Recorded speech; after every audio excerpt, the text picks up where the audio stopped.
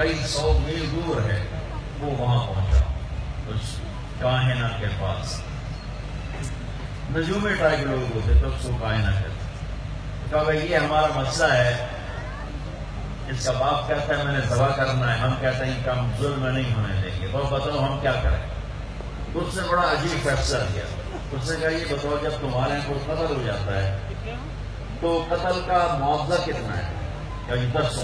ایک آدمی کا کوئی عزیز قتل ہو جاتا ہے تو وہ بدلہ نہیں لیتا، کہتا مجھے معاوضہ چاہیے. تو کتنا دیتے ہو؟ کہ 10 سو. تو اس بعد اس کاہنہ نے کہا تم ایسا کرو 2 پرچیاں دو، ایک پہ لکھو عبداللہ اور ایک پہ لکھو 10 سو اور پورا ڈالو اور دیکھو کس کا نام نکلتا ہے. اگر عبداللہ کا نام نکلے تو پرچی پہ 10 اونٹ اور بڑھا دو. پھر بھی اگر عبداللہ کا نام نکلے تو 10 اونٹ اور بڑھا دو. جب تک عبداللہ کا نام نکلتا رہے تم پرچیوں پہ 10 بڑھاتے جاؤ. جب اونٹوں کا والی پرچی نکلے تو اس پر جتنے لکھے ہوں وہ ذبح کر دیں اور عبداللہ کی جان بخشیں. یہ فیصلہ سب کو بڑا پسند آیا. تو بیت اللہ کے در و دیوار نے عجب تماشا دیکھا. سارا مکہ اکٹھا. عبد المطلب نے 100 اپنے اونٹ ذاتی صفا پہاڑ کے دامن میں کھڑے کر دیے اور اس میں 10 اونٹ ایک طرف کر دیے. اور پرچے نہیں ہوتے تھے، پیر ہوتے تھے. تو ایک پیر پہ لکھا عبداللہ بن عبد المطلب اور ایک پیر پہ لکھا 10 اونٹ. اور وہ پورا ڈالنے والا بھی اسپیشل آدمی تھا، وہ اسپیشل آدمی تھا. تو اس کو قرآن کہتا ہے انما الخمر والمیسر والانصاب. اس کو انصاب کا لفظ قرآن دیتا ہے. یہ قرآن نازل کی جو قسم تھی والاسلام رجس من عمل الشیطان فاجتنبوہ. تو اس سے وہ ترکش میں چھوٹا سا سوراخ ہوتا تھا تو اس نے ایسے ایسے ہلا کے جو جھٹکا دیا تو تیر باہر نکلا. جلدی سے اٹھا کے دیکھا تو اس پہ لکھا ہوا تھا عبداللہ. تو دوسرا تیر نکال کے اس پر لکھا 20 اونٹ اور ادھر 10 اونٹ نکال کے ادھر کر دیے، ادھر 20 ہو گئے. پھر جھٹکا دیا اس نے اور جب اونٹ تیر اٹھا کے دیکھا تو لکھا تھا عبداللہ.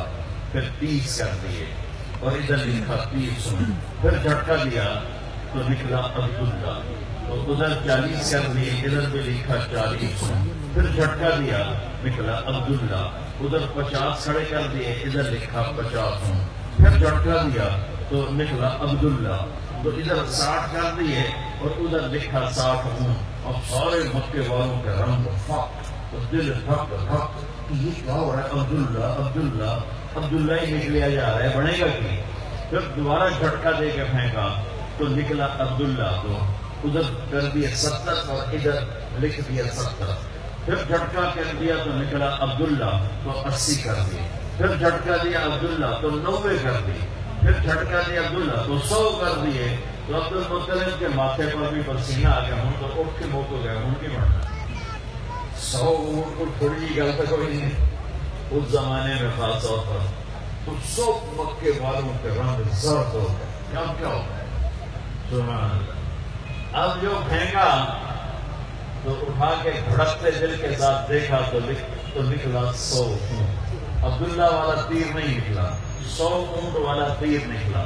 سب نے نعرہ لگایا ہو گیا کام. عبد المطلب کہنے کے ہوا نہیں، حج میں ایک باری اور کرنا ہے. دوبارہ ڈالا، دوبارہ پھینکا تو نکلا 100. سب نے کہا ہو گیا کام. کہنے حل نہیں ہوا، ایک باری اور کرنا ہے. پھر تیسری دفعہ ڈالا، پھر پھینکا تو نکلا 100 اونٹ. تو پھر اس افسر نے سجدہ شکر ادا کیا اور عبد المطلب نے اپنے ہاتھوں سے 100 اونٹ ذبح کیے اور تقسیم کیے اور حضرت عبداللہ کی جان بچی. اس واقعے کی طرف اشارہ کر کے ایک عورت کہتی ہے عبداللہ ایک رات میرے ساتھ گزار لے اور 100 اونٹ جو تیرے اوپر قربان کیے گئے تھے وہ میں نقد دیتی ہوں 100 اونٹ اور ایک رات میرے ساتھ گزار لے. وہ بھی کون تھی؟ شریف زادی تھی، پہلی کتابوں کی جاننے والی تھی. اب حضرت عبداللہ کے ماتھے پر نور نبوت دیکھا تو اس سے عجیب چاہا کہ یہ نور میرے پاس آ جائے. تو حضرت عبداللہ نے وہی جواب دیا جو ان کے دادا نے جواب دیا تھا کہ میں عزت دار ہوں، میں پیکر شرافت ہوں، یہ گناہ مجھ سے نہیں ہوگا تو میرے بارے میں غلط سمجھی ہے۔ چند دن بعد حضرت آمنہ سے شادی ہوئی اور حمل ٹھہر گیا اور نور نبوت حضرت آمنہ کے پیٹ میں شفٹ ہوا۔ وہ عورت بازار میں ملی، وہی کہانی سیم۔ حضرت عبداللہ نے فرمایا کہ تم ان سے شادی کر لے، تو اس نے بھی کہا عبداللہ مجھے غلط نہ سمجھو، میں پاک دامن عورت ہوں، میں نے تیرے ماتھے پر نور نبوت دیکھا تھا، میرا جی چاہا وہ میرے پاس آ جائے، اور وہ آمنہ کو مبارک ہے، وہ آمنہ لے گئی، مجھے غلط نہ سمجھنا۔ اس طرح میرے نبی پاکیزہ نسبتوں کے ساتھ اور اپنے نور کے ساتھ اپنے انباء دادے پردادے کی نسل سے ہوتے ہوتے ہوتے ہوتے میں نے آپ کو پوری پیڑھی سنائی۔ کسی نبی کا اس طرح نسب نامہ محفوظ نہیں ہے آدم علیہ السلام تک جیسے میرے نبی کا نسب نامہ محفوظ ہے۔ کسی نبی کی ادائیں محفوظ نہیں ہے جیسے میرے نبی کی ادائیں محفوظ ہیں۔ کسی نبی کا ایسا حلیہ محفوظ نہیں جیسے میرے نبی کا حلیہ محفوظ ہے۔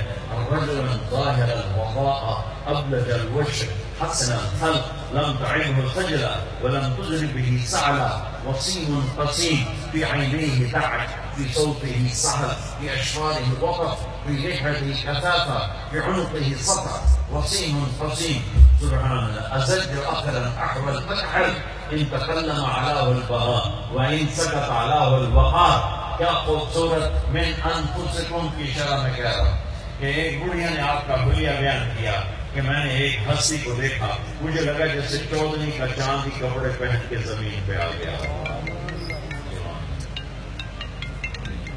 جیسے چودھری کا چاندی آ گیا۔ حسن غلام، جوانی آپ پر فدا، نورانی چہرہ، خوبصورت آنکھ، لمبی پلکیں، گلابی ہون،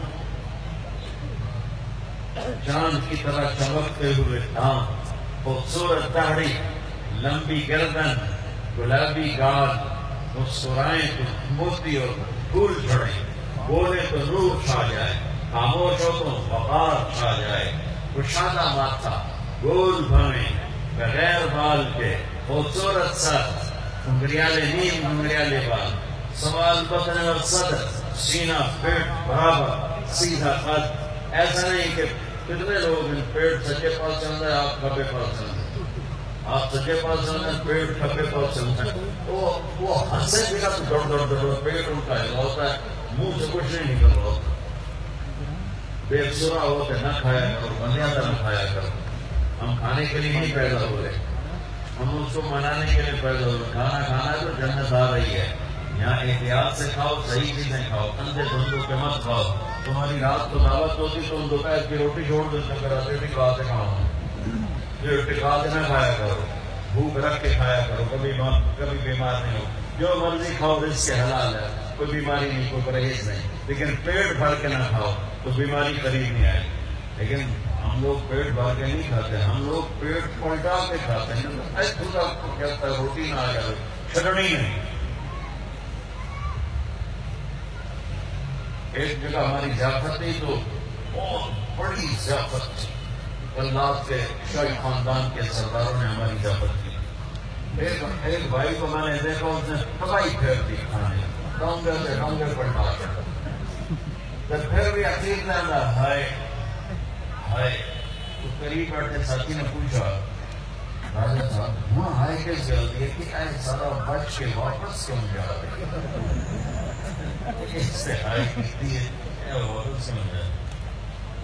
بچوں زندگی امانت ہے، ایسے اندھا دن مت کھایا کرو کہ ادھر پیٹ جا رہا ہو، ادھر پیٹ جا رہا ہو۔ میرے رب کو ناپسند ہے موٹا آدمی، اور میرے نبی کو ناپسند ہے موٹا آدمی۔ وہ آپ کا حلیہ بیان کریں، سوال البطن والصدر، حسن و جمال کے پیکر، بولتے تھے تو نور ہی نور چھا جاتا، خاموش ہوتے تو حیبت وقار چھا جاتا۔ آنکھوں کے بال بڑے لمبے خوبصورت تھے، آنکھیں ادعر اشکل احور اکحل ابرل انجل۔ یہ میرے نبی کی احدب 7 الفاظ ہیں میرے نبی کے آنکھوں کے لیے، 7 الفاظ۔ اور 7 الفاظ کا ایک مطلب ہے کہ اللہ نے دنیا میں ایسی آنکھ کسی کو نہیں عطا کی تھی جیسے اپنے نبی کو عطا۔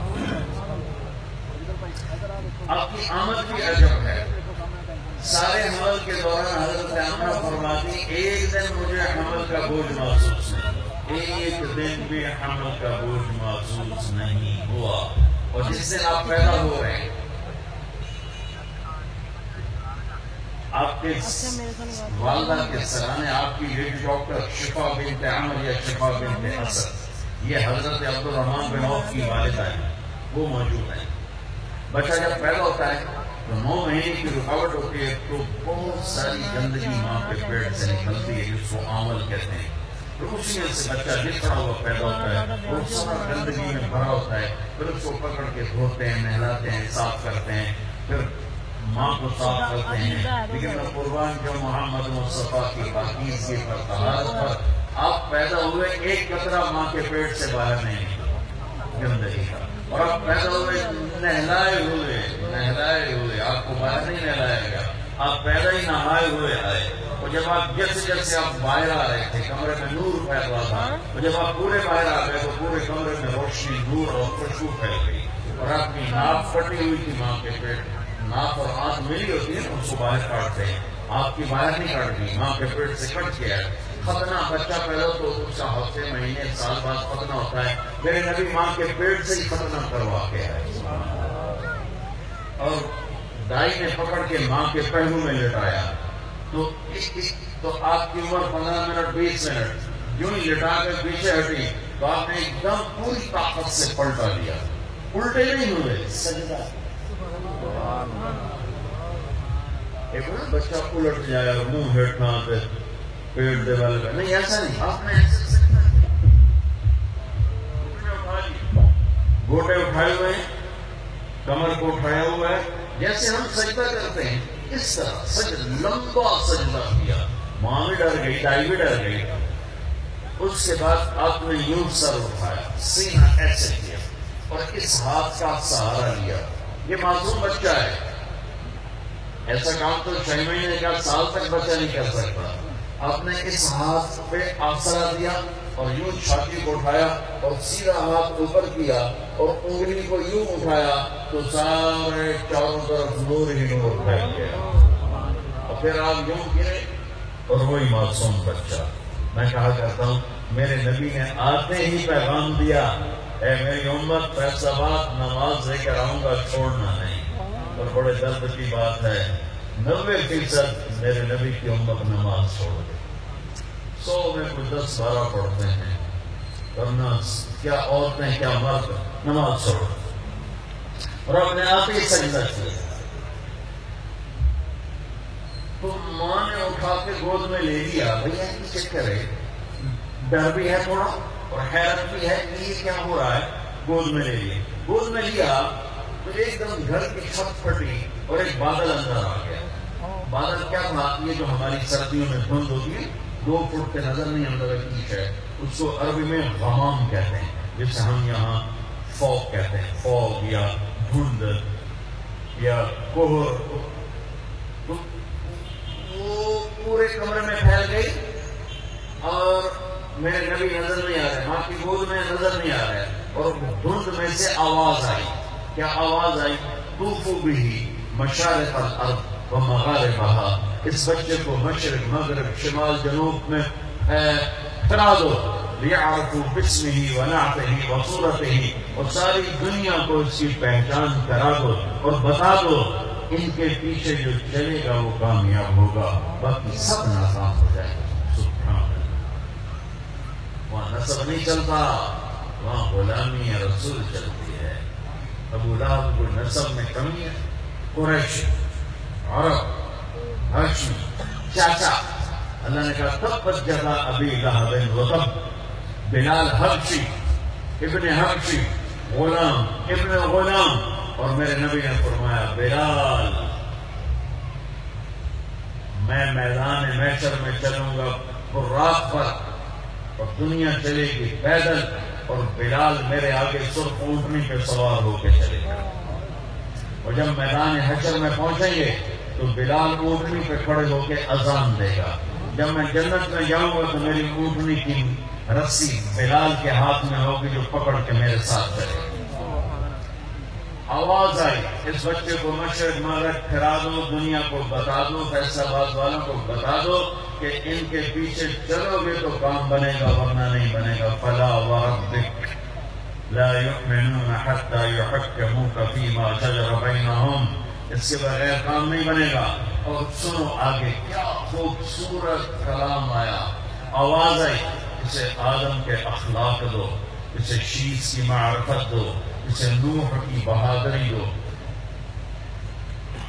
اسے ابراہیم کی دوستی دو، اسماعیل کی قربانی دو، اسے صالح کی فصاحت دو، اسے لوط کی حکمت دو، اسے اسحاق کی رضا دو، اسے یعقوب کی بشارت دو، اسے یوسف کا حسن و جمال دو، اسے موسیٰ کا جاہ و جلال دو، اسے دانیال کی محبت دو، اسے الیاس کا وقار دو، اسے ایوب کا دل دو، اسے داؤد کی میٹھی زبان دو، اسے یحییٰ کی پاک دامنی دو، اسے یونس کی اطاعت دو، اسے عیسیٰ کا زہد دو، اور اسے تمام نبیوں کے اخلاق اور تمام نبیوں کا علم اور تمام نبیوں کی صفات جو تقسیم ہوئی وہ ساری اس بچے کے سینے میں اتار دو۔ جو بچہ آدھے گھنٹے میں 1,24,000 نبیوں کو جو ملا لے گیا ہو اور پھر 63 سال آگے سفر کیا ہو، میں اسے بیان کروں گا یا اور دنیا میں کوئی بیان کرے گا؟ ہماری تو اوقات ہی نہیں، بساط ہی نہیں، ہم کیا بیان کر سکتے ہیں؟ خود میرا رب اپنے حبیب کی نعت خوانی کرتا ہے، میری آپ کی کیا حیثیت؟ میرے دیش کا شاعر اتنا ہی بولے گا جتنی اس کی اوقات، کسی بھی دیش کا شاعر اتنا ہی بولے گا جتنی اس کی اوقات ہے۔ میرا رب کیسے قرآن میں اپنے نبی کو بیان کرتا تھا، جاءکم من اللہ نور و کتاب مبین، یا ایھا النبی انا ارسلناک شاہدا ومبشرا ونذیرا وداعیا الی اللہ باذنہ وسراجا منیرا۔ یہ میرا رب اپنے نبی کی نعت خوانی کر رہا ہے۔ یا ایھا المزمل قم اللیل الا قلیلا نصفہ او انقص منہ قلیلا او زد علیہ ورتل القرآن ترتیلا۔